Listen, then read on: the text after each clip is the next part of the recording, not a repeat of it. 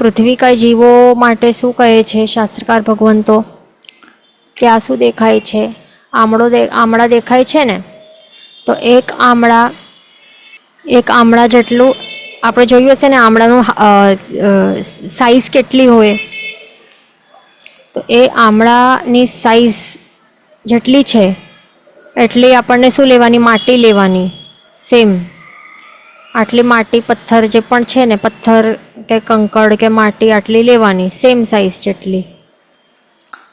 તો હવે આટલા માટીમાં જે આમળાની સાઈઝ જેટલી માટી જે છે, જે લીધી છે, તો એની અંદર જીવો કેટલા હોય, એની સંખ્યા, અપ્રોક્સિમેટલી સંખ્યા કેટલી હોય, તો તે બતાડવા માટે આપણને શાસ્ત્રકાર ભગવંતો શું કહે છે કે એક પૃથ્વીકાયનો જે જીવ છે, તો એનું શરીરનું સાઈઝ જો એ આ કબૂતર દેખાય છે ને, કબૂતર જેટલું જો કરી દે, આટલો મોટો એક જ પૃથ્વીકાયનો જીવ જો પોતાનો સાઈઝ આટલું એનલાર્જ કરે, એક કબૂતર જેટલું, અને આટલા માટીમાં રહેલા, આટલા આમળા જેટલી માટી છે એમાં રહેલા બધા જ પૃથ્વીકા જીવો પોતપોતાનું સાઈઝ, શરીરનું સાઈઝ આટલું મોટું કરી નાખે, આટલા કબૂતર જેટલું, તો આખા જંબુદ્વીપમાં સમાઈ નહીં શકે, આટલા કબૂતર થઈ જાય ભેગા.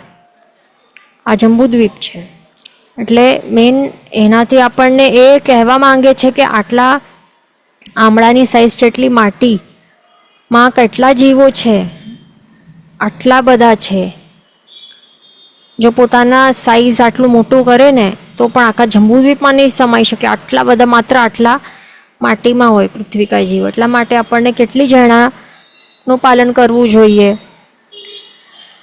તો તે પોઈન્ટ આપણને ત્યાં એડ કરી લેવાનું. ઓકે, પછી અપકાય આપણે સ્ટાર્ટ કર્યું હતું, તો હવે એમાં આપણે અહીંયા સુધી પહોંચ્યા છીએ. હવે પોઈન્ટ નંબર 3માં શું કહે છે નિયમોમાં? ગીઝરનું પાણી નહીં વાપરવાનું.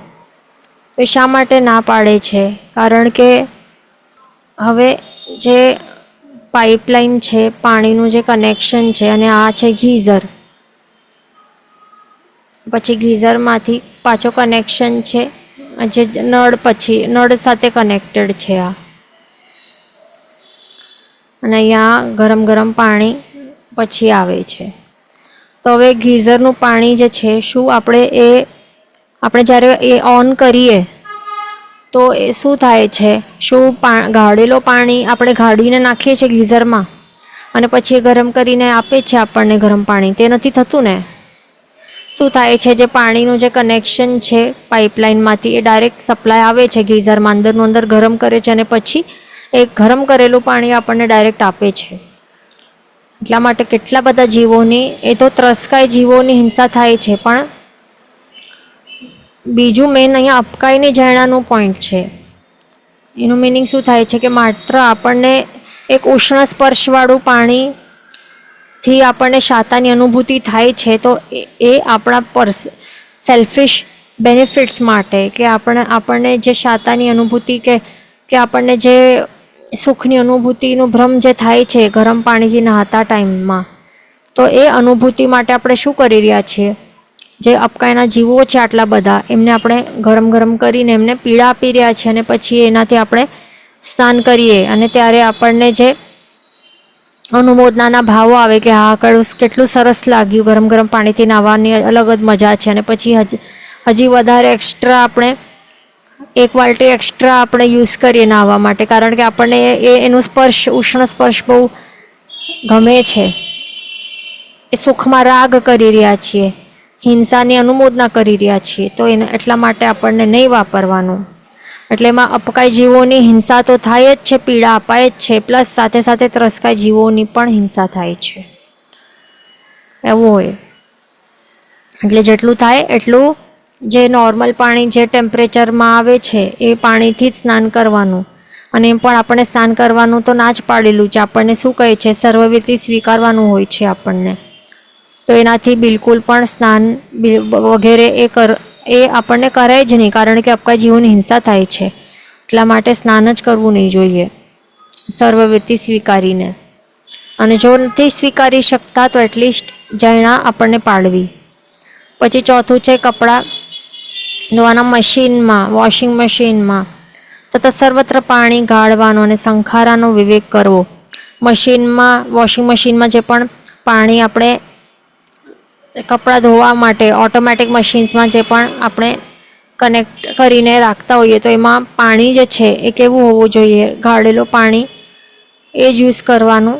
અને જે ગળણું હોય તો એમાં જે સંખારો એટલે કે જે સંખારો છે એનું વિવેક રાખવો. તો એ આગળ આવવાનું છે પોઈન્ટ કે સંખારાનું વિવેક કેવી રીતે રાખવાનું. પછી નેક્સ્ટ પોઈન્ટ શું છે કે 5 તિથિઓ મહિનાની તથા વરસની 6/28માં કપડાં ધોવા નહીં. હવે મહિનામાં 5 તિથિઓ કઈ કઈ આવે છે પહેલાં તો એ જોઈ લઈએ. એક તો આવે છે સુદ પાંચમ આવે છે,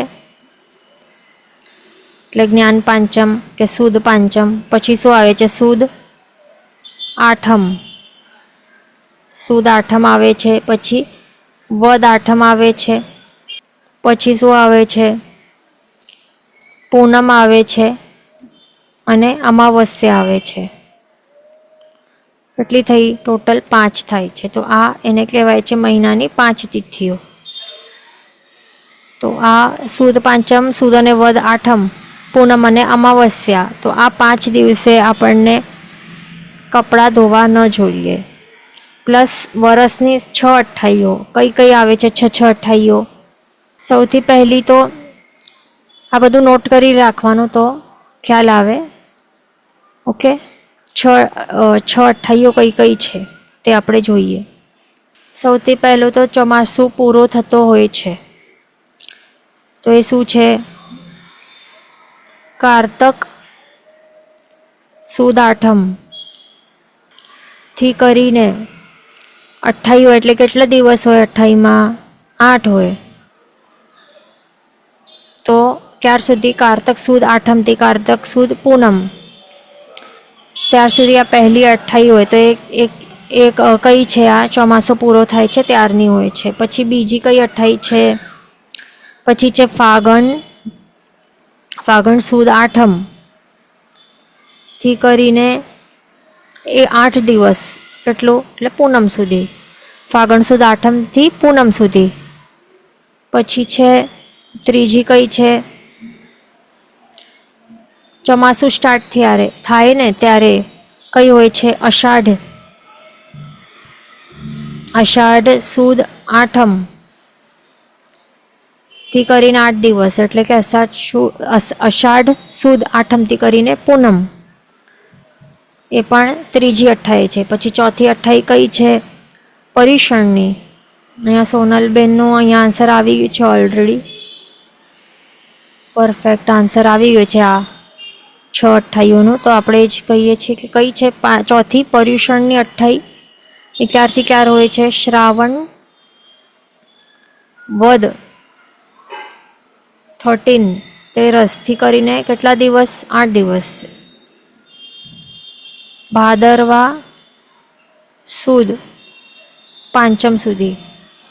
પર્યુષણની ક્યારથી ક્યાર હોય? શ્રાવણ વદ 13 થી ભાદરવા સુદ પાંચમ. પછી 5મી 28 કઈ છે? ચૈત્ર માસની ઓળી જે આવે છે ને, એપ્રિલ મંથમાં આવતી હોય છે નવપતજીની ઓળી. તો તે એક ચૈત્ર માસ નવપતજીની ઓળી. આ છે 5મી 28. પછી 6ઠ્ઠી 28 એ કઈ છે? એ આસો માસની જે ઓળી છે એ આવશે. આ ઘણાને ખ્યાલ નહીં હોય તો બધાને આ નોટ ડાઉન કરી લેવાનું કમ્પલસરી છે. ઓકે, અને ફોલો પણ કરવાનું છે. તો આ 6/28ઓ આવે છે. ઓકે, આ 3. પછી એક પર્યુષણની 28 અને 2 નવપતજીની ઓળીની 28. તો એ 8 દિવસ આવી રીતે એને કહેવાય છે 6/28ઓ. એવરી યર આવતી હોય છે. તો આ 6/28ઓમાં આપણને જે પણ શું કહેવાય આરંભના કાર્યો હોય છે, આરંભ સમારંભના કાર્યો આપણને કરવા નહીં જોઈએ. એટલા માટે કહે છે કે કપડાં ધોવાની. એટલે એવું નહીં વિચારો કે ખાલી કપડાં જ નહીં ધોવાના, એવું કાંઈ એવું નથી કે ખાલી કપડાં જ નહીં ધોવાય નથી. સમજો કે કિચનમાં એ હોય ને જે ગ્રેન્સ છે એને પીસવાનું, તો એ બધું એ પણ નહીં થાય, એ કાંઈ પણ નહીં થાય. એટલે કે કોઈ પણ ટાઈપનું જે આરમ સમારંભના કાર્યો જે પણ છે કાંઈ પણ નહીં કરાય આ 28ના દિવસોમાં. એ આપણને ધ્યાન રાખવાનું છે. ઓકે, એટલે 5 તિથિઓ દરેક મંથની આ 5 દિવસે અને દરેક વર્ષના આ 6 28ઓના દિવસે આરંભ સમારંભના કાર્યોનો આપણે ત્યાગ કરવાનો. ઓકે, પછી હંમેશા સ્નાન વગેરે માટે વધારે પાણી નહીં વાપરવું. શું કહે છે કે સ્નાન આપણે જ્યારે પણ કરીએ તો જેટલું થાય એટલું ઓછામાં ઓછા મિનિમમ આપણને યુઝ કરવાનું, પાણીનું વપરાશ કરવાનું. કહેતા હોય છે કે પાણીને ઘીની જેમ વાપરવું જોઈએ. પાણી જે છે એ શું છે, એક જ ટીપલામાં અસંખ્યતા અબકાઈના જીવો રહેલા હોય છે. એમની હિંસા આપણને એ કરવી શું વ્યાજબી છે પોતાના માત્ર શરીરને ક્લીન રાખવા કે સૌંદર્ય માટે? નથી ને. આટલું કેટલું બધું કર્મોનું બંધ થતું હોય છે. એટલા માટે લીસ્ટ અમાઉન્ટ ઓફ વોટરથી આપણને સ્નાન કરવું. એ પણ સ્નાન શા માટે કરવાનું? માત્ર પૂજા કરવાની હોય ને, પ્રભુ પૂજા હોય, જેને પૂજા કરવી હોય, બસ એના માટે જ આપણને અંગ શુદ્ધિની વિધિ કહેલી છે. બસ એના કારણથી જ આપણને સ્નાન કરવાનું, નહીં તો કરવું જ નહીં જોઈએ. અને જેટલું થાય એટલું જે સોપ છે, સાબુ છે, એનો વપરાશ આપણને અવોઇડ કરવાનો. તો એમાં રીઝન શું છે? કારણ કે નેક્સ્ટ પેજની લાસ્ટ લાઇનમાં આવે છે કે આપણા આંખમાં મરચું જાય, લાલ લાલ મિર્ચ પાવડર કોઈ નાખવામાં આવે તો પછી આપણને કેટલું બળે, જોરદાર બળે ને. સહન જ નહીં કરી શકે. જ્યાર સુધી પાણીથી આંખો નહીં ધોઈએ ત્યાર સુધી આપણે 1 સેકન્ડ પણ આપણે શાંતિથી બેસી નહીં શકીએ, સમાધિ નહીં મળે. આટલું અસમાધિ, આટલી જોરદાર પીડા થાય. તો એ જે વેદના થાય છે ને આપણને, એનાથી પણ ઘણી વધારે વેદના જ્યારે આપણે સાબુને આપણે પાણી ઉપર જ્યારે એ રબ થાય ને, મિક્સ થાય ને, ત્યારે અપકાય જીવોને આટલી એનાથી પણ ભયંકર વેદના થતી હોય છે. એનું આટલું બળે, આટલી તકલીફ ને પીડા થાય. એટલા માટે સાબુનો ઉપયોગ આપણને જેટલું થાય એટલું અવોઇડ કરવાનું. ઓકે, એ ધ્યાન રાખવાનું. પછી વારંવાર હાથ પગ મોં નહીં ધોવા. એક તો સર્વ સ્નાન હોય અને બીજું દેશ સ્નાન હોય, તો એને દેશ સ્નાન કહેવાય. તો બહુ વારંવાર કરવું ન જોઈએ, એ બધું અવોઇડ કરવાનું. ઓકે, મેન બહારથી જે મેલ છે, શારીરિક મેલ ને તો આપ સાફ કરી દેશો, પણ આપણે જે અંદરનું જે મેલ છે, આત્માનું મેલ અંદરથી, એ કેવી રીતે સાફ કરી શકશે? તો વધારે મલિન થતું જશે જો બાહ્ય રૂપમાં કે બાહ્ય દેખાવમાં જ પડ્યા રહેશું તો. પછી નેક્સ્ટ પોઈન્ટ છે પાણી ગાળવાની વિધિ. આ વિધિમાં શું કહે છે કે જ્યારે પણ આપણે સવારમાં પાણી આપણે ભરવાનું હોય છે, તો કેવી રીતે ભરવાનું? તો સૌથી પહેલાં તો કોઈ પણ કાર્ય આપણે કરીએ, ઘરનું કોઈ પણ કાર્ય, તો કાંઈ પણ પહેલાં કાર્ય કોઈ પણ સ્ટાર્ટ નહીં કરે, પણ સૌથી પહેલો તો એક જ કાર્ય હોવું જોઈએ બધાનું, તો તે છે ઝાડુ. આખા ઘરમાં ઝાડુ કાઢવાનું, વાસી કચરો એ કાઢવું, એ સૌથી પહેલું કાર્ય જરૂરી છે આખા ઘરનું, ખાલી રસોડા નહીં, આખા ઘરનું. અને પછી એ જે પણ જીવો કે કાંઈ પણ રહેલા હોય, સમજો કે જીવોના મળદા એમાં મળે, તો પછી એ બધું નોટ ડાઉન કરીને પછી એનું પણ પ્રાયશ્ચિત આલોચના લેવાની હોય છે ગુરુ ભગવંત પાસે, એવું હોય. અને એ બધું સૂકી જગ્યામાં બધું પલટવી નાખવાનું કચરાને. એના બાદ શું કરવાનું? જે પણ આપણે હવે પાણી ભરવાનું કાર્ય કે જે પણ કાર્ય આપણે સ્ટાર્ટ કરશું, તો સૌથી પહેલાં આપણે પાણી ભરવાનું કાર્યની વાત આપણને અહીંયા બતાડે છે. તો જે પણ વાસણ છે તો એને એમાં દૃષ્ટિ પડીલેણ કરવાનું, પૂંછણીથી પડીલેણ કે ક્લીન કરવું જોઈએ આપણને, કે કોઈ જીવ તો નથી ને. પહેલાં આંખોથી જોઈ લેવાનું આખો કે કોઈ જીવ તો નથી ને, અને પછી જ એમાં પાણી ભરવાનું સાફ કરીને. પૂંજી પ્રમાર્જ્યા બાદ પછી પાણી ભરવાનું એમાં. અને પછી ગળા ઉપર આપણને શું કરવાનું? ગળણું રાખવાનું. ગળણું રાખીને પછી થોડું પાણી આપણને નાખવાનું, અને પછી એ પાણીને કાઢી લેવાનું. પાછો શું છે આ બધું ફરીથી પાણી ગાળીને ગળામાં લેવાનું, કપડાં વગેરે ગળો ધોઈ લેવો, તો એ જે પણ આવે છે ને આ બધું એ આપણને ધ્યાન રાખવાનું છે. મેઇન તો એ શું છે કે જે પણ ઘડો છે ને, જે આજે આપણે એક વખત એક પોઈન્ટ એકદમ યાદ રાખવાનું કે જે પણ આપણે ઘડો આજે યુઝ કરીએ છીએ, જે પણ વેસલ, તો એ આખો દિવસ એ કેવો રહે, ભીનો રહે ને, તો એ સેમ પછી નેક્સ્ટ ડે પણ આપણે એ સેમ જ યુઝ કરીએ પાણી ભરવા માટે, તો શું થાય, તો એ પછી એમાં નીલ ફૂગ ચીકાશે, બધું સ્લાઈમ એ બધું જામી જાય. શું હોય, અનંતકાયના જીવો હોય, તો એ નહીં કરાય. પણ શું કરવાનું આપણને કે એને પછી પ્રોપરલી ડ્રાય કરવું જરૂરી છે. ડ્રાય થવા માટે રાખવું અને પછી એને પ્રોપરલી ધોઈને પછી નવો પાણી એમાં ક્યારે પણ ભરવાનું.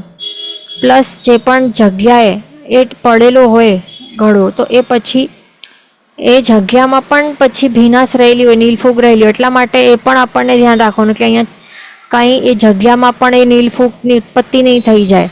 એ બધું આપણને ધ્યાન રાખવાનું છે. ઓકે, એટલે મેઇન પોઈન્ટ એ જ છે એમાં. બીજું જે પણ ઘરડું આપણે યુઝ કર્યું છે ને, જે પણ ઘરડું આપણે યુઝ કર્યું પાણીને ગાળવા માટે, તો એને શું કરવાનું કે એને પાણીમાં થોડુંક પાણી લેવાનું, એક અલગ એક બકેટમાં થોડુંક પાણી લેવાનું અને પછી એને ડૂબાડીને એમનું એમ જ કાઢવાનું. પણ એને નીચોવવું નહીં.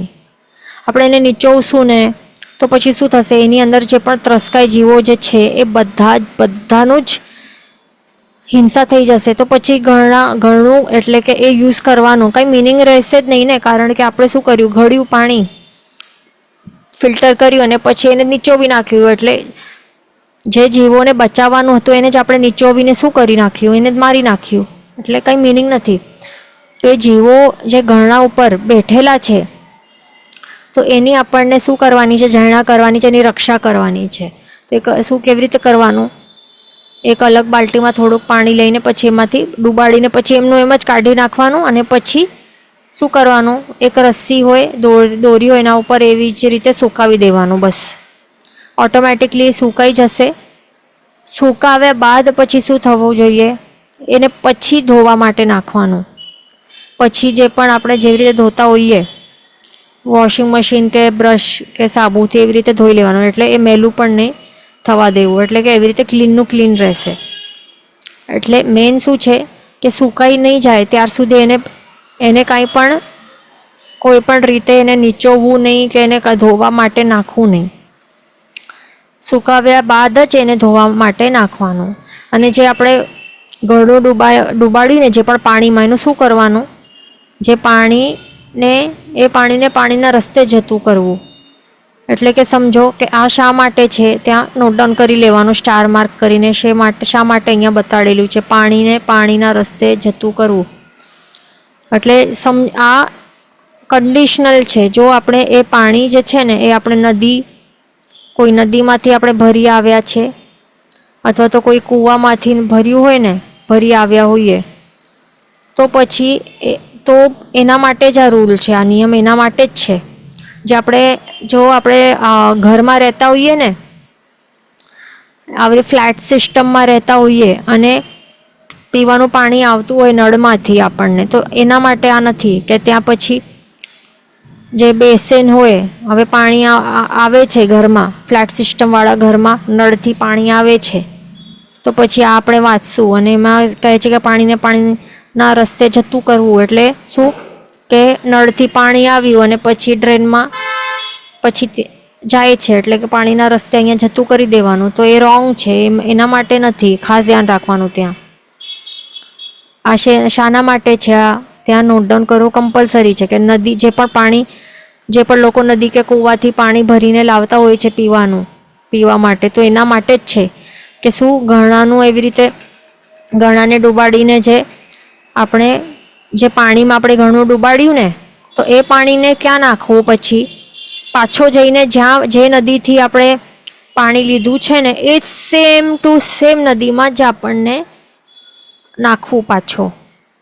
અથવા તો જે કૂવામાંથી ભર્યું છે ને તો એ સેમ ટુ સેમ કૂવાની ત્યાં જઈને ત્યાં ગળણાનું ડૂબેલું જે પાણી છે ને તો એમાં જ એ સેમ કૂવામાં નાખવું એ કમ્પલસરી છે. એવું નહીં કરવાનું કે એક નદીમાંથી લીધું અને પછી કંટાળો આવે છે બાજુમાં બીજી કોઈ નદી કે બીજો કોઈ કૂવો દેખાયો તો એમાં નાખી દીધું, કે કૂવાનું પાણી બીજી કોઈ નદીમાં નાખી દીધું, થઈ ગયું આપણું કામ. એવું નહીં ચાલે, કારણ કે આપણે જીવ વિચારમાં જો ભણ્યું હોય તો એમાં ખ્યાલ આવશે કે બધા જીવો અલગ હોય, અપકાના જીવો પણ અલગ હોય, કૂવાના પાણીવાળા અપકા જીવો અલગ હોય અને નદીવાળા પાણીના જીવો પણ અલગ હોય. તો પછી એકબીજાને મિક્સ કરીએ તો શું થાય, એકબીજા માટે સ્વકાય શસ્ત્રરૂપ બને, હિંસા થઈ જાય.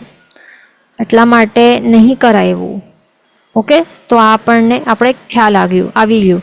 એટલે જો ફ્લેટ સિસ્ટમમાં રહેતા હોઈએ, નળમાંથી પાણી આવતું હોય તો પછી એ નહીં સમજવાનું કે પછી હવે ગળનું આપણે ક્લીન કર્યું છે તો પછી હવે ગળનું પાણી જે છે હવે એ જ ડ્રેનમાં કે બેસનમાં આપણે નાખી દીધું એટલે થઈ ગયું. તો પછી ગળણાનો ઉપયોગ કરવાનું કંઈ મિનિંગ જ નથી ને. ઓકે, તો આના માટે નથી. પણ હવે ફ્લેટ સિસ્ટમવાળા માટે આગળ આવે છે પોઈન્ટ. શું આવે છે? નોટમાં આવે છે. અહીંયા શું કહે છે, જે આપણે એ જ કહ્યું તે સંખારાનું પાણી ગટરમાં નાખવાથી વિરાધ ના થાય. ગટર એટલે કે શું? જે આપણે ડ્રેનેજ, જે આપણને નળમાંથી આવે છે ને પાણી, નળમાંથી આવે છે અને પછી એ જ બેસનમાં આપણે નાખી દઈએ તો એ ક્યાં જાય? પછી ડ્રેનેજ પાઇપલાઇનને કનેક્ટેડ ગટરમાં જે પણ જાય, અથવા તો બહાર રસ્તાની ગટરમાં નાખીએ, અથવા તો આપણું જે ઘરમાં જે બેસીન હોય એમાં નાખી દઈએ તો એમાં પછી વિરાધ ના થાય. એટલા માટે નહીં કરાય. પણ હવે એ જે પ્રોસેસ અહીંયા બતાડે છે તો તે આપણે ફોટોના રૂપે આપણે બતાડશું તો બધાને ઇઝીલી ખ્યાલ આવશે. Okay, 1 minute. કેવી રીતે અહીંયા આપણને દેખાય છે ફોટોમાં કે સંખારાની ઝરણા આપણને કેવી રીતે પાડવી જોઈએ, તો અહીંયા આપણને ખ્યાલ આવશે કેવી રીતે આપણને શું કરવું. પહેલા દિવસે ડે 1 નું અહીંયા વાત કરે છે. ઓકે, તો હવે શું કરે છે, અહીંયા ભલે મગ દેખાય છે પણ અહીંયા નળ સમજી લેવાનું. ઓકે, અહીંયા નળ છે, નળમાંથી પાણી આપણે જ્યારે આવે છે આપણને, તો જે ગળણું છે તો આ પર્સને આવી રીતે ગળણું અહીંયા અલગથી આવી રીતે કપડું રાખ્યું છે. એવી રીતે પણ કરી શકાય, નહીં તો શું કરી શકાય, જે આપણે નળ ઉપર આવી રીતે બાંધવાનું આવે ને ગળણું, એનું પણ ઉપયોગ કરી શકાય. ઓકે, તો એવી રીતે જે પણ ગળણું જેવા પણ ટાઈપનું આપણે યુઝ કરીએ, આવું યુઝ કરીએ અથવા તો નળ ઉપર જે ગળણું હોય, ફિલ્ટર હોય, તો એ પણ આપણે યુઝ કરી શકીએ, બંનેમાંથી જે પણ એક. તો આવી રીતે આપણે ગળણું એવી રીતે ગળી નાખ્યું પાણી. એના બાદ જે ગળણું છે, આ કપડું છે, તો એને આવી રીતે નીચોવાય નહીં, બિલકુલ પણ નહીં નીચોવાય. શું કરવાનું? આવી રીતે યુઝ કરીને તરત જ શું કરાય, ગળણાને આવી રીતે દેખાય છે અહીંયા શું કરે છે આ જીવ, એવી રીતે આપણને કરવાનું હોય. એક અલગ એવી રીતે કન્ટેનર લેવાનું, એક બકેટ કે કન્ટેનર જે પણ છે આવું વેસલ લેવાનું અને વેસલમાં જે આ કપડું છે એને રાખવાનું અને એના ઉપરથી જે નોર્મલ પાણી છે ને એને અહીંયા એના ઉપર રેડવું. તો એનાથી શું થશે કે જે પણ આપણે ગળનું યુઝ કરીને જે પણ અહીંયા જીવો અટકી ગયા છે, ત્રસ્કાયના જીવો, ત્રસજીવો, તો એ બધા ત્રસજીવો જે અહીંયા છે તો એના ઉપર પાણી આવી રીતે રેડવાથી જે પાણીમાં પછી આ બધા આવી જશે. અહીંયા એવી રીતે ધોઈ લેવાનું, પણ એને ઘસીને નહીં ધોવાનું, એમ જ રેડવાનું છે પાણી એના ઉપર પ્રોપરલી. આટલું થોડુંક પાણીથી આવી રીતે ત્રસ્કાય જીવો આ પાણીમાં આવી જશે. જે અહીંયા પાણી કલેક્ટ થયું ને તો આવી રીતે અહીંયા દેખાય છે આ વેસલમાં. ઓકે, તો આ પાણી છે, આ ગળણાવાળું સંખારાનું પાણી છે આ. અને જે અહીંયા આપણે ફિલ્ટર કર્યું છે ને આ બકેટમાં શુદ્ધ પાણી, તો એ પાણી અહીંયા છે. તો હવે શું કરવાનું, આ પાણી ગળેલું પાણી છે આ, તો આ ગળેલા પાણીને આપણે વપરાશ કરી દીધો આખા દિવસમાં, જેવી રીતે જોઈએ આપણે વપરાશ કરી દીધું. ઓકે, તો આ ખાલી થઈ ગયું, યુઝ કરી દીધું આપણે. પણ હવે આ જે છે સંખારાનું પાણી જે છે એને એમનું એમ રહેવા દેવાનું છે આપણને, એને વાપરવું નથી. પણ એનું શું કરવાનું છે તો તે આગળ અહીંયા આપણે દેખાશે શું કરવાનું. સેકન્ડ ડે 2 જો અહીંયા શું દેખાય છે, જે આ પાણી તો આપણે વાપરી દીધું આ ખતમ થઈ ગયું. ઓકે, પણ હવે આ જે ત્રસકાઈવાળું જે અહીંયા પાણી હતું અહીંયા, તો તે આ ત્રસકાઈવાળું આ પાણી છે અહીંયા, અને એમનું એમ રહેવા દીધું આપણે. એટલે આપણે શું કરી અહીંયા એમની રક્ષા કરી છે, ત્રસકાના જીવોની આપણે અહીંયા રક્ષા કરી છે. હવે શું કરવાનું, ડે 2 જે આ પાણી છે, આ ટોપલો, તો આ અહીંયા દેખાય છે આ કન્ટેનર નંબર 1 છે, અને આ છે કન્ટેનર નંબર 2. બીજો કન્ટેનર લીધું છે આપણે, બીજો વેસલ લીધું છે. તો હવે આપણને શું કરવાનું છે, જે ગળણું છે, જે આ ગળણું હતું ને, તો એને આપણે શું કર્યું, આવી રીતે આપણે ધોઈ દીધું. પછી એણે નીચોવ્યું નહીં, પણ એને શું કર્યું, અહીંયા રસ્સી ઉપર આપણે એવી રીતે સુકાવા માટે નાખી દીધું. પછી ઓટોમેટિકલી એર ડ્રાય થઈ ગયું, એટલે સુકાઈ ગયું. પછી એને આપણે ધોયું હશે, ધોઈને પછી સુકાવ્યું હશે પાછો, અને પછી આ સૂકેલું જે ગળણું છે એ આપણે અહીંયા વાપરી રહ્યા છીએ. તો એ વાપરીને આપણે શું કરી રહ્યા છીએ, અહીંયા જે ત્રસકાઈવાળું જે આ પાણી હતું ને, આ શંખારાનું પાણી, એને આપણે અહીંયા ગળી રહ્યા છીએ આપણે બીજા દિવસે. તો શું થાય છે અહીંયા પછી, જે અહીંયા દેખાય છે ને ત્રસકાઈના જીવો પાછા અહીંયા આવી ગયા અહીંયા બધા, અને આ પાણી શુદ્ધ થઈ ગયું. તો આ શુદ્ધ પાણીનો આપણે વપરાશ કરી દેવાનો, આ યુઝ કરી દીધું આપણે. પણ હવે આ જે શંખારા ઉપર એના ઉપર જે જીવો છે એનું શું કરવાનું, એની રક્ષા કેવી રીતે કરવાની, તો અહીંયા આવી રીતે પાછો સેમ પ્રોસેસ, કે જે આ એક કન્ટેનર લેવાનું અને પછી એમાં શું એવી રીતે ધોઈ દેવાનું. તો જે જીવો છે એ જીવો આવી જશે અહીંયા, એ બચી જશે, અને પછી શંખારાને પાછો અહીંયા ડ્રાય કરવા માટે નાખી દેવાનું એવી રીતે, બરાબર. અને જે નવો પાણી પણ આપણે ભરી રહ્યા છીએ બીજા દિવસે આખા નવા બકેટમાં જે આપણે ભરી રહ્યા છીએ એ ગળીને, તો એ બકેટ પણ આપણે અહીંયા યુઝ કરી લેવાની, બકેટનું પાણી, ગાળેલું પાણી. અને જે શંખારાનું જે આપણે યુઝ કરીએ એ શંખારા ઉપર જે જીવો આવી ગયા, તો એને પાછો એવી રીતે એ સેમમાં ધોઈ લેવાનું. તો બધા અહીંયા આવી ગયા આ કન્ટેનરમાં. પછી આગળ શું કરવાનું દેખાય છે ને, શું કરવાનું, આ પાણી જે છે ને આપણે શું કહ્યું, એ યુઝ કરી લેવાનું, આવી રીતે બકેટમાં નાખીને આપણને યુઝ કરી લેવાનું, વપરાઈ જશે. અને પછી આ આખો આ જે જીવોવાળો જે આ પાણી છે શંખારાનું પાણી, એ પાછું અહીંયા સ્ટોર કરવાનું. આવી રીતે એ એવરીડે કરવાનું છે આપણને. ઓકે, આટલું સિમ્પલ છે, સમજાઈ ગયું હશે બધાને. એટલે ક્યારે પણ શું કરવાનું, 2 બકેટ્સ કે 2 માટલા રાખવાના. આ જે બકેટ આપણે યુઝ કરી છે આખા દિવસે ભીની જ છે ને, આ સેમ બકેટ આપણે આવતીકાલે યુઝ કરશું. એટલે કે એક વખત પણ આપણે એને ડ્રાય નથી કર્યું અને એ સેમ યુઝ કરશું, તો પછી શું થશે, એની અંદર ચિકાસ થઈ જશે, નીલફૂગ, અનંતકાય જીવોની ઉત્પત્તિ થઈ જશે. એટલા માટે શું કરવાનું, 2 રાખવાનું. અને જો 2 નહીં રાખવું હોય તો શું કરી શકાય, રાત્રે સૂતા પહેલાં શું કરવાનું, એને ખાલી કરીને આખો સુકાવા માટે રાખી દેવાનું, આખો ખાલી કરી દેવાનું. અને પછી આખી ખાલી થઈ જશે પછી એને ઉલટો કરીને રાખી દેવાનું, અથવા તો કપડાથી એને સુકાવી દેવાનું, ડ્રાય કરી દેવાનું. તો પછી આ સેમ આપણે આવતીકાલે વાપરી શકશું. ઓકે, આટલું ક્લિયર. તો આવી રીતે આપણે શંખારાની ઝેણા કેવી રીતે કરવાની જે અહીંયા બતાડે છે, તો તે આપણે સમજી લીધું. અહીંયા ક્વેશ્ચન છે કે એક્વાગાર્ડ હોય તો કેવી રીતે કરવું. હવે એક્વાગાર્ડ છે તો એમાં પાણી જે છે, ગળેલું પાણી, એ જ એની અંદર જાય એવી રીતે ટ્રાય કરવાનું. એક્વાગાર્ડનું જે હોય ને કન્ટેનર, એની અંદર ગાળેલું પાણી જ એની અંદર ભરાય એવી રીતે આપણને એ કરવું જોઈએ, નહીં તો પછી જીવોની હિંસાનો પાપ લાગે. પછી આગળ શું કહે છે કે હવે આપણને હવે શું ધ્યાન રાખવાનું છે, જે પણ ગાળેલું પાણી જે વપરાશ માટે આપણે કાઢ્યું છે, પીવાનું હોય કે પીવાનું પાણી જે પણ હોય ને, તો એમાં આપણને ધ્યાન શું રાખવાનું કે આપણા હાથ છે ને, એક આંગળી છે ને, આંગળી પણ એની અંદર જવી નહીં જોઈએ. કારણ કે શું હોય છે, મનુષ્યનું શરીરમાંથી શું દરેક સમયે અશુચિઓ નીકળતી જ હોય છે, પસીના હોય કે ઓઇલ હોય કે કાંઈ પણ હોય. તો એના કારણે શું થાય, જો આપણે ગાળેલા પાણીની અંદર આપણે ગાળેલો પાણી શું કેવો પણ પાણી હોય એની અંદર આપણે નાખશું હાથ, તો પછી શું થશે, એની અંદર જે આપણી અશુચિ છે એની અંદર ગઈ, તો પછી એક અંતર મુહૂર્તમાં પછી શું થશે, એક અંતર મુહૂર્ત બાદ એમાં અસંખ્ય પંચેન્દ્રિય મનુષ્ય જીવોની ઉત્પત્તિ થઈ જશે.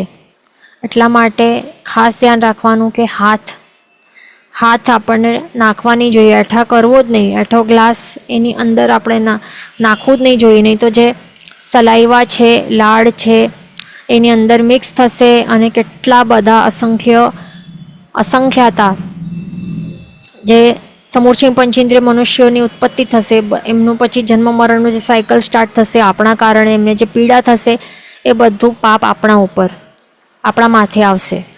એટલા માટે એ આપણને નહીં કરવાનું. એના માટે શું સોલ્યુશન બતાડે છે, લાંબી દાંડીવાળો ગ્લાસ હોય, કેવું હોય, એક એવું કપ જેવું કપ હોય અને આખો એક લાંબી એવી દાંડી હોય એની, તો આવું યુઝ કરવાનું. આપણે જોયું હશે આવું. તો માટલાની અંદર, હવે માટલો છે તો એની અંદર હવે પછી આ નાખવાનું અને પછી એનાથી ગ્લાસમાં ભરવાનું પાણી. ક્યારે પણ જે એઠા ગ્લાસને ડાયરેક્ટલી આ માટલાની અંદર નહીં નાખવાનું. ઓકે, તો એ ધ્યાન રાખવાનું છે આપણને. પછી આગળ શું કહે છે કે એક પાણીના ટીપામાં કેટલા જીવો હોય છે, જે અહીંયા પાણીના ટીપલા દેખાય છે, ડ્રોપ્સ અહીંયા,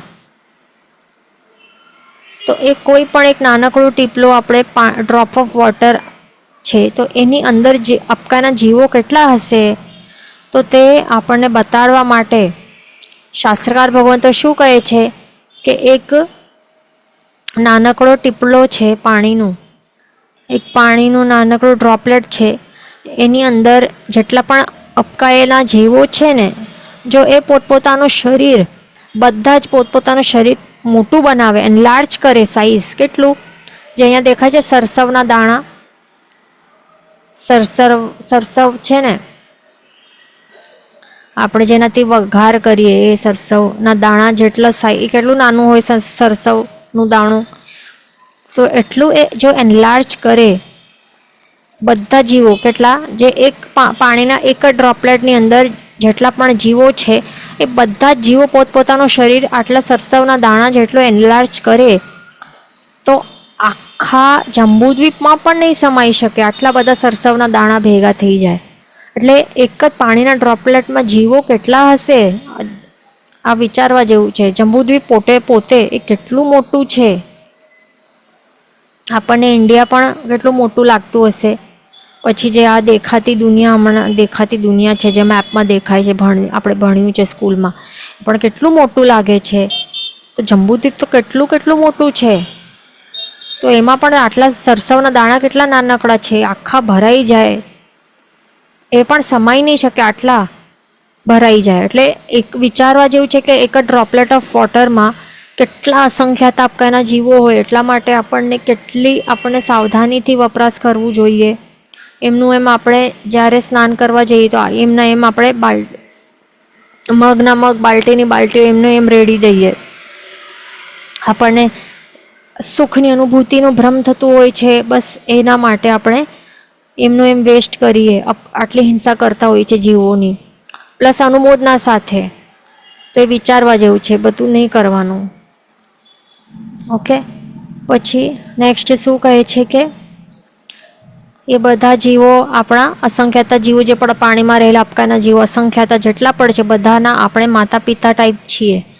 તો એવી રીતે આપણને માતા પિતા જેમ પોતપોતાના પુત્રોને કેવી રીતે એકદમ પ્રોટેક્ટ કરીને રાખે, તો એવી જ રીતે એવા જ ભાવથી આપણને પણ આ અપકાના જીવો જે પણ છે ને, આપણે ઘરે આવ્યા છે, જે પણ જીવો આપણે ઘરે આવ્યા છે, તો એમની આપણને રક્ષા કરવાની, એમના માતા પિતા આપણે છે એવી જ રીતે સમજીને એના પોતાના પુત્ર કરતાં પણ વધારે આપણને એમની રક્ષા કરવાની. કારણ કે પુત્ર તો ઇન્ડિપેન્ડન્ટ છે, પોતાની રક્ષા કરી પણ શકશે, પણ આ અપકાના જીવો જે છે, જે પણ સ્થાવર જીવો છે, એ પોતાની રક્ષા પોતાની રીતે કરવા માટે સક્ષમ નથી. એટલા માટે એમની તો હજી વધારે આપણને ધ્યાન આપીને રક્ષા કરવી જોઈએ.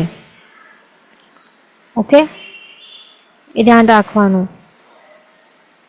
તો આપણને એવી રીતે ધ્યાન રાખવાનું. પછી નેક્સ્ટ શું કહે છે? નેક્સ્ટ છે તેવું કાંઈ જીવો, એટલે કે જે અગ્નિકાય જીવો અથવા તો તેવું કાંઈ જીવો. જે ફાયર છે એ ફાયર પણ શું છે? પોતે તેવું કાંઈ જીવો છે. ઘણા બધા સંખ્યાતા તેવું કાંઈ જીવોનું એક ગ્રુપ બને તો ત્યારે આપણને એ આગ દેખાય કે અગ્નિનો એક સ્પાર્ક પણ દેખાય. જ્યારે આપણે માચિસની કાની આપણે સળગાવીએ તો સ્પાર્ક્સ દેખાય ને, તો એ બધા શું છે? એ બધા જીવો છે. એમની ઉત્પત્તિ આપણે કરી રહ્યા છીએ. તો આ બધા સર્વજાતની જે અગ્નિ છે એ બધા તેવું કાંઈના જીવો કહેવાય. અને ઇલેક્ટ્રિસિટી જે છે, તો ઇલેક્ટ્રિસિટી જે ઘરમાં જે આપણે કનેક્શન કે સપ્લાય જે છે ઇલેક્ટ્રિસિટીનું, એ પણ શું છે? વીજળી કે લાઇટ.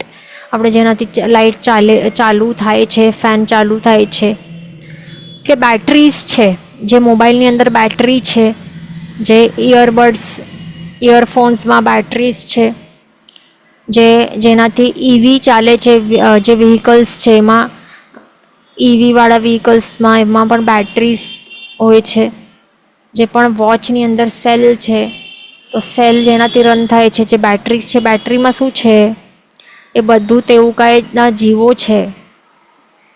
એમની હિંસા થાય છે ત્યારે એ બધું એ ઇલેક્ટ્રોનિક આઇટમો ચાલી શકે છે. અગ્નિ છે ને શું કહેવાય છે? દીર્ઘલોક શસ્ત્ર કહેવાય છે. દીર્ઘલોક શસ્ત્ર એટલે શું? એટલે એક ભયંકર એવું શસ્ત્ર છે કે જેના દ્વારા આખાની આખી સૃષ્ટિ બળી શકે છે. એવી તાકાત છે એમાં. કાંઈ પણ જે પણ એ બધું બાળી શકે છે. કેટલા બધા બ્રોડ સ્પેક્ટ્રમ ઓફ જીવ એ બધા મરી શકે છે. બધાને બાળી નાખવાની શક્તિ એના પાસે રહેલી છે. કોઈ પણ સ્થાવર કહો કે ત્રસજીવો કહો, બીજા સ્થાવર અને બીજા બધા ત્રસજીવોને હિંસા થઈ શકે છે. એટલા માટે એને દીર્ઘલોક શસ્ત્ર કહેવાય છે. 6 કાયની વિરાધના થાય છે. એટલા માટે આપણને એનું વપરાશ જેટલું થાય એટલું સાવધાનીથી કરવાનું અને ઓછામાં ઓછું કરવાનું. અહીંયા આપણને શું દેખાય છે? જે તેવું કાંઈ જીવો જે છે ને અલગ અલગ જાતના, એ બધા અહીંયા દેખાય છે. એક તો અહીંયા શું દેખાય છે? વીજળી, ઇલેક્ટ્રિસિટી, એ પણ તેવું કાંઈના જીવો છે. જ્યાં વીજળી, જે અહીંયા લાઇટનિંગ થાય છે ને સ્કાયમાં, આકાશમાં, વાદળોની ત્યાં, એ પણ તેવું કાંઈના જીવો છે. જે વેક્સવાળી કેન્ડલ્સથી ત્યાં એનાથી જે અહીંયા અગ્નિ ઉત્પન્ન થાય છે, તો એ પણ અગ્નિકાયના જીવો છે. લાકડા બાળવાથી જે અહીંયા અગ્નિકાયના જીવોની ઉત્પત્તિ થાય છે, એ પણ શું છે? આ પણ તેવું કાંઈ જીવો છે. કોળસાવાળી પણ અગ્નિ અલગ છે. અર્જન જે છે તે પણ અહીંયા આ અલગ છે. કેરોસીન કે એ બધું એને બાળવાથી જે પણ અગ્નિ પ્રગટ થાય છે. આર્ગન છે કે શું છે, કેરોસીન કે શું એ ખ્યાલ નથી, પણ એ સમજી લેવાનું કે કેરોસીનથી પણ અગ્નિ પ્રગટ થાય છે. અને બીજા જે બલ્બની અંદર ગેસીસ છે એનાથી પણ અગ્નિ ઉત્પન્ન થાય છે. ઓકે, તો આવી રીતે આપણને શું ધ્યાન રાખવાનું છે તેવું કાંઈ જીવો માટે? કે જે ઇલેક્ટ્રિસિટીના ઉપયોગમાં આપણને સાવધાની રાખવાની છે. જે ઇલેક્ટ્રિસિટી છે એ કેવી રીતે પ્રગટ થાય છે, ઉત્પન્ન ક્રિએટ કેવી રીતે કરવામાં આવે છે? તો જે પાણી છે એ પાણીનો ધોધ હોય છે, તો એ વહેતો હોય છે. એના કારણે પછી શું થાય છે? ઇલેક્ટ્રિસિટી ઉત્પન્ન થાય છે. મોટા એવા ટર્બાઇન્સ હોય, તો ટર્બાઇન્સનું મોમેન્ટ એમ ચાલતું હોય કન્ટિન્યુઅસલી પાણીની અંદર. ટર્બાઇન્સ ગોલ ગોલ ગોલ ગોલ, ટર્બાઇનના બ્લેડ્સ હોય, એ ગોલ ગોલ રોટેટ થતા જાય. અને એના મૂવમેન્ટના કારણે, મેકેનિકલ મૂવમેન્ટ છે એના કારણે શું થાય છે? વીજળી, જે ઇલેક્ટ્રિસિટી છે એ પ્રોડક્શન એનું થાય છે. પણ એની સાથે સાથે બીજી વસ્તુઓ શું થાય છે? એ પાણીની અંદર શું હોય છે? અપકાયના જીવો હોય. પાણીની અંદર જ્યાં પાણી હોય ત્યાં અનંતકાય હોય, એટલે કે અનંતકાયના જીવો પ્લસ જે ત્રસ્ત જીવો હોય તે અલગ વળી. ફિશીસ હોય, કેટલા જાત જાતની ફિશીસ હોય. ફિશીસ માત્ર હોય, ફિશીસના નાના નાના બચ્ચાઓ હોય, અલગ અલગ જાતના અલગ અલગ પ્રાણીઓ પણ હોય ને પાણીમાં, કેવા અલગ અલગ ટાઈપના હોય. વનસ્પતિકાય હોય. એ બધા જ જીવોની ભયંકર ઘોર હિંસા થતી હોય છે દરેક સમયે ત્યાં. ટર્બાઇન્સના બ્લેડ્સ જે છે એના મૂવમેન્ટના કારણે બધા કપાઈ જાય છે, લોહીની નદીઓ વહેવા માંડે છે ત્યાં. એટલે એટલા માટે આપણને એવરી ટાઈમ યાદ રાખવાનું માઇન્ડમાં કે જ્યારે પણ આપણે ઇલેક્ટ્રિસિટીથી જનરેટેડ કે જે એનાથી જે ચાલતી હોય છે જે પણ વસ્તુઓ, એ જ્યારે પણ આપણે યુઝ કરી રહ્યા છીએ ને, યાદ રાખવાનું કે શું થઈ રહ્યું છે. આપણે બધા ત્રસ્કાય 6 કાય જીવોની વિરાધનાનું પાપ લાગી રહ્યું છે અહીંયા આપણને. માત્ર આપણને લાગે કે અરે અહીંયા એક બટન તો કે આપણે ઓન કર્યું છે, એક ખાલી નાની લાઇટનું બટન ચાલુ કર્યું છે, એમાં શું પાપ લાગતું હશે? પણ એ કનેક્શન ડાયરેક્ટ આ ધોધ સુધી એટલે કે કનેક્ટેડ હોય છે. એટલે એ આપણને ભૂલવાનું નથી, ભૂલવું નહીં જોઈએ આપણને કે એનું કનેક્શન આખા જે વાયર્સથી કનેક્ટેડ હોય ને, બધા મોટા મોટા વાયર્સથી આ બધું આખો કનેક્ટેડ છે. આ બધું જ આપણને પાપ લાગતું હોય છે. એટલા માટે સર્વવીરતી જે છે એ બેસ્ટ છે અને ચડિયાતું કહેવાય. કારણ કે તેઓ તો આ બધા પાપોથી સાવધ્ય વ્યાપારોનો એમનો સર્વથા ત્યાગ હોય છે. એટલે ટચ જ નહીં કરે બધું બટન વટન, એટલે કંઈ પણ પાપ જ નહીં લાગે એમને. પણ આપણે ગૃહસ્થ જીવનમાં એક જ દિવસમાં કેટલું પાપ કરી રહ્યા છીએ, કેટલું પાપ લાગે છે આપણને. કર્મોનું બંધ કેટલું થાય છે, જીવોની હિંસાનું, વળી અનુમોદનાનું. માત્ર પંખો ચાલુ કરી અને આપણે શું કરીએ, હાશકારો આપે, હાશ હવે કેટલું સારું લાગ્યું, કેટલી ગરમી થતી હતી, હાશ સારું, હવે સારી હવા આવે છે, હવે શાતાની અનુભૂતિનો ભ્રમ થાય છે મને, એ બધું ફીલ થાય ને આપણને. એટલે એ બધું અનુમોદનાના આટલા જીવોની હિંસા આપણે કરી રહ્યા છીએ, આપણા કારણે થાય છે.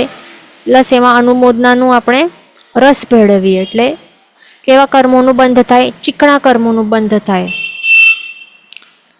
આ હજારો લાખો વોલ્ટ વિદ્યુત સાથે પણ આપણા સ્વિચનો વાયા સંબંધ છે.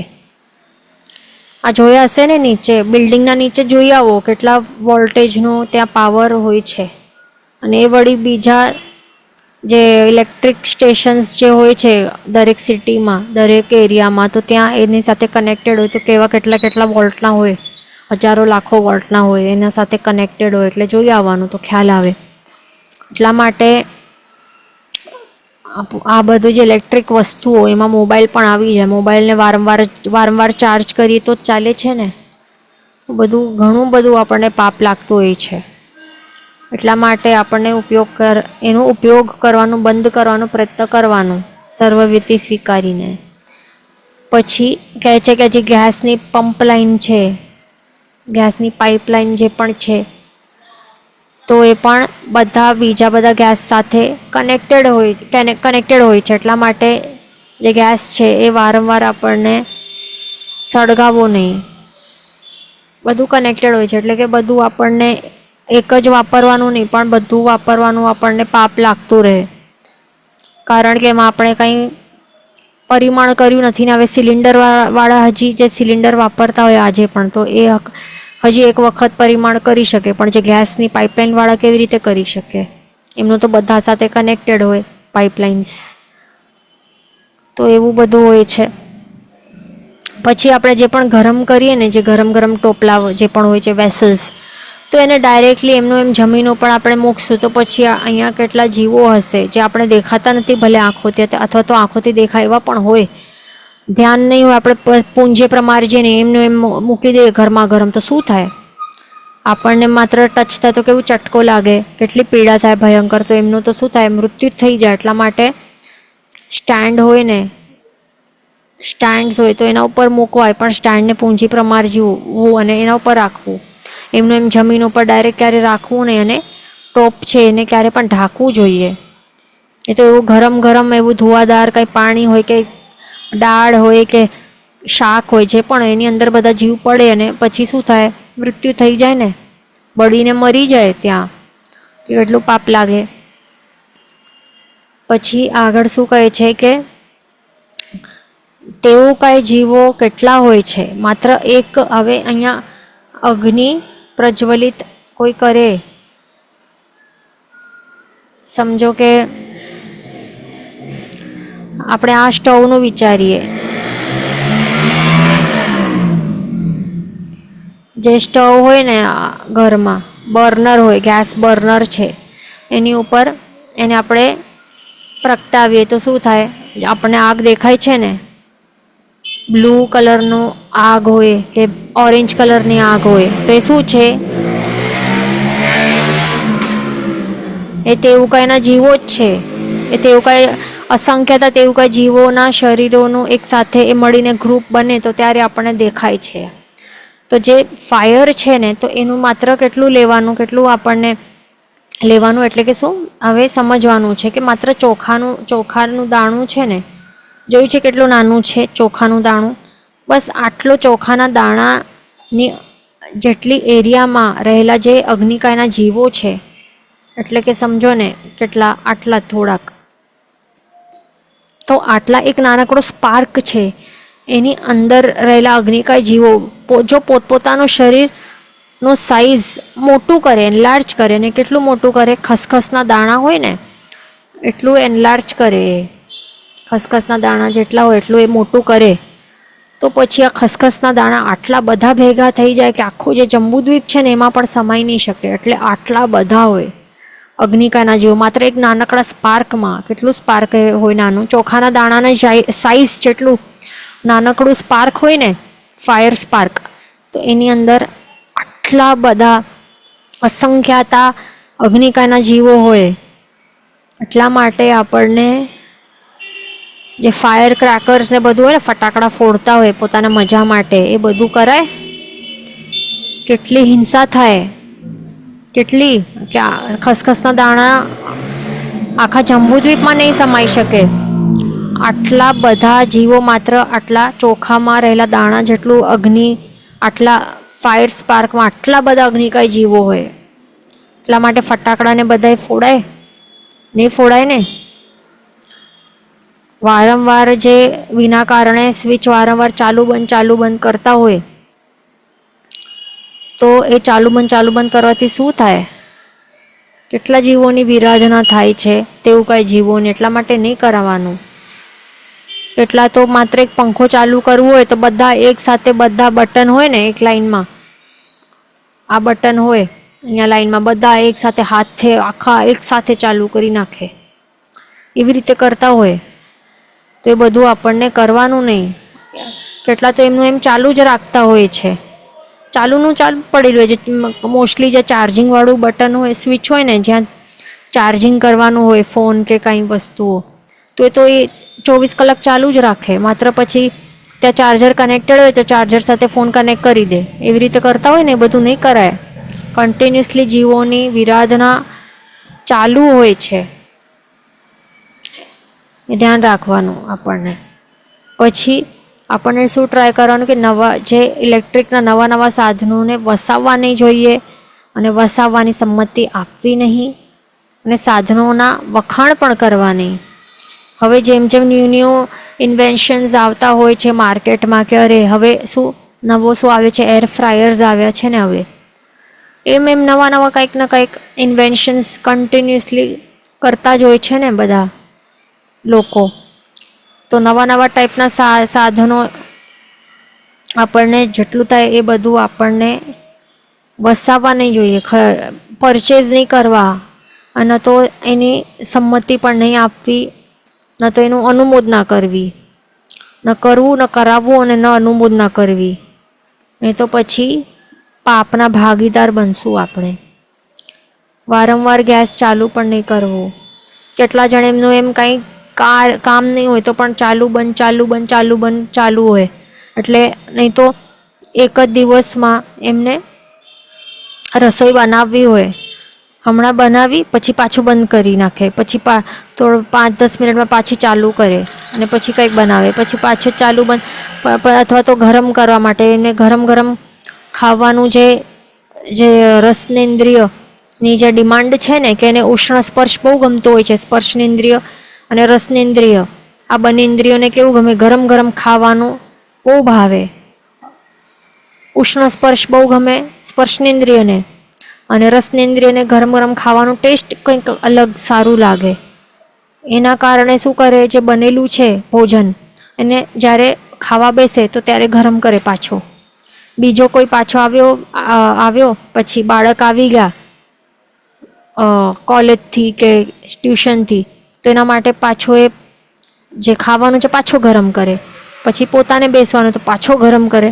એટલે વારંવાર ગેસ ચાલુ બંધ ચાલુ બંધ, કેટલા જીવોની હિંસા થાય. એવી રીતે નહીં કરવાનું. એક જ વારમાં જેટલી પણ રસોઈ બનાવવાની છે, એક જ વારમાં ગેસ ચાલુ કર્યું તો બધી જ બનાવી દેવાની એક વખત, સડસડાટ બધી બનાવીને રાખી લેવાનું. અને પછી જ્યારે જે આવે ત્યારે જેને જેવું મળે, ગરમ ત્યારે જ આવ્યું તો એને ગરમ મળ્યું તો ગરમ ખાય, અને જો લેટ આવ્યું તો એને જેવું છે નોર્મલ ટેમ્પરેચરવાળું એવું એને વાપરી લેવાનું. એવી રીતે શીખવાડવાનું, જેવું છે તેવું વાપરી લેવાનું. બીજું એવી જ રીતે આપણે વિચારીએ તો કેટલા જીવો શું કરતા હોય કે ઠંડુ છે આગ્રહ રાખતા હોય. સંઘમાં વાપરવા માટે આપણે જતા હોઈએ તો આઈમ્બિલ કરવા માટે પણ આપણે જતા હોઈએ તો ત્યારે આપણે આગ્રહ આપણું હોય કે નહીં, આ ગરમ કરી આવો. તો એ બધું આપણને આગ્રહ રાખવું નહીં વારંવાર, એ ધ્યાન રાખવાનું. પછી નેક્સ્ટ શું છે? હવે વાયુકાય જીવોનું અહીંયા સ્ટાર્ટ થાય છે. તો વાયુકાય જીવોમાં કોણ કોણ આવે છે? બધા પ્રકારની જે હવા છે, અલગ અલગ ટાઈપની હવા, બધી જ હવા અલગ અલગ પ્રકારની આપણને લાગશે અરે અલગ અલગ પ્રકારની હવા કઈ હોય? આ તો આ એક જ છે ને, જે હવા આવે છે એ જ છે. પણ અલગ અલગ ટાઈપના ગેસ છે ને, આપણે સાયન્સમાં જેમણે ભણ્યું હશે એમને ખ્યાલ હશે કે અલગ અલગ ટાઈપના ગેસ હોય છે, અલગ અલગ ટાઈપના ગેસ હોય.